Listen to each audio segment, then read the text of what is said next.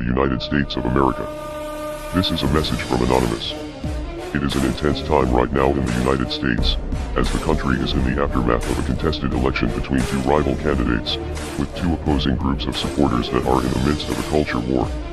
The political theater plays out like a soap opera, with new revelations coming in through the news on an hourly basis to keep people glued to the screens. Despite all of the anxiety about the ceremonial transfer of power from one aristocrat to another, and what that could mean for the next 4 years, the system will continue to operate as it always has regardless of who is chosen to be the temporary spokesperson for the ruling class. These candidates may offer people a different aesthetic, but regardless of their rhetoric or their own personal beliefs, their agenda will be set by a collection of unelected figures who have lifelong careers in intelligence agencies, the military-industrial complex, the Federal Reserve along with a secretive network of corporate lobbyists and private donors.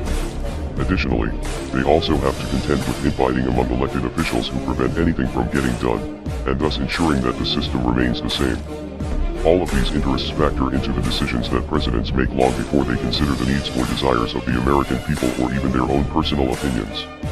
The president may have executive power, but they are only in office for a few years, and their influence behind the scenes is often overshadowed by those entrenched in powerful bureaucratic positions. This dynamic has been made abundantly clear by the lack of systemic change to take place under two presidents that were elected on promises of making radical changes to the police system, Barack Obama and Donald Trump. We have already seen Barack Obama's promises of hope and change go up in smoke, as his 2 terms were nothing more than a continuation of business as usual. This year, Obama campaigned with Joe Biden, and his association with Obama is likely the only reason that he got as many votes as he did. Many Democrats are hoping that they will have an Obama 3.0 presidency under Joe Biden, and in many ways, they will, because the president never influenced policy that much to begin with. Business as usual even continued into the Trump administration as well, and he has done very little to drain the swamp in a meaningful way as he promised during his 2016 campaign. Despite the personality differences and public rivalries between the two most recent presidents, Obama and Trump, they did experience some of the same challenges while attempting to influence policy during their time in office, especially when it came to foreign policy.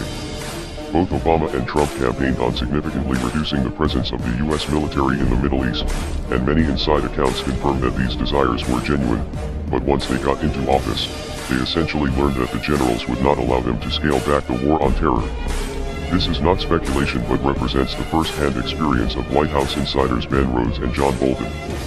Ben Rhodes wrote a book about his time as a speechwriter for Obama titled The World as It Is, which details how many of Obama's progressive aspirations were impossible to achieve in the political system. Likewise, John Bolton, the notorious neoconservative war hawk who served as National Security Advisor under Donald Trump from 2018 to 2019, also wrote a book about his time in the White House.